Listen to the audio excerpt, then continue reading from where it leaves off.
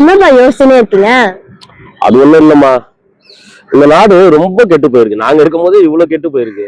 எங்க பார்த்தாலும் போதை, கஞ்சா, சாராயம்ட்டு பொம்பளை பசங்களுக்கு பாதுகாப்பு இல்லாம இருக்கு. இன்னும் வருங்காலத்துல உங்களுக்கான கல்வி, மருத்துவம், அடிப்படை வசதிகள், இல்ல நீங்க சுவாசிக்கிற காத்து, குடிக்கிற தண்ணி, இது எப்படி உங்களுக்கு கிடைக்க போகுது? என்ன நீங்க பண்ண போறீங்க அப்படின்னு யோசிச்சாலே ரொம்ப பயமா இருக்குதுமா. அதுக்குதான் நீங்க சீமான் பெரியப்பா கூட இருக்கீங்களே. நான் இருக்கேம்மா. 38 லட்சம் பேர் வந்து ஓட்டு போட்டிருக்காங்க. இந்த எல்லாரையும் நம்ம திரட்டி திருச்சியில இருக்கோம்னு காட்டுறதுக்கு யாருக்கிட்ட பேசணும் அப்படின்னு தெரியாம தான் கொஞ்சம் குழம்பி போயிருக்கேன்.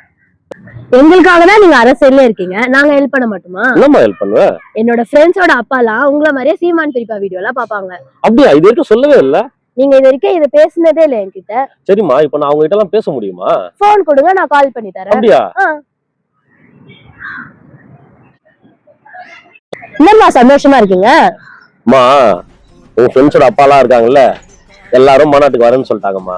ஓ, அப்ப நீங்களாம் மாநாட்டுக்கு போறீங்களா? நீங்களாம் இல்லம்மா, நம்ம எல்லாருமே குடும்பமா போறோமா.